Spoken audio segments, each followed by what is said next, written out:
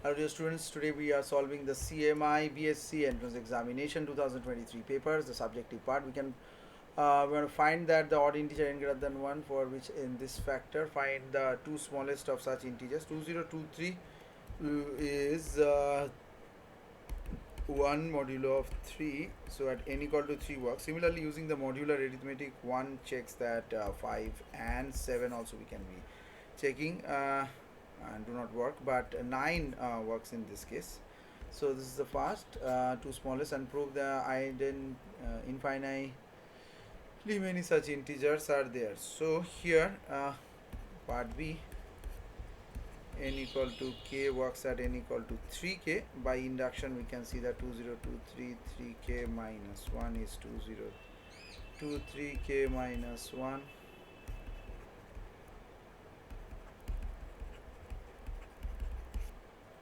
k plus 1. So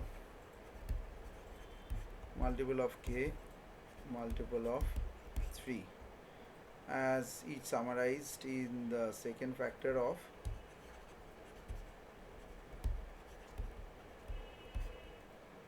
1 mod 3.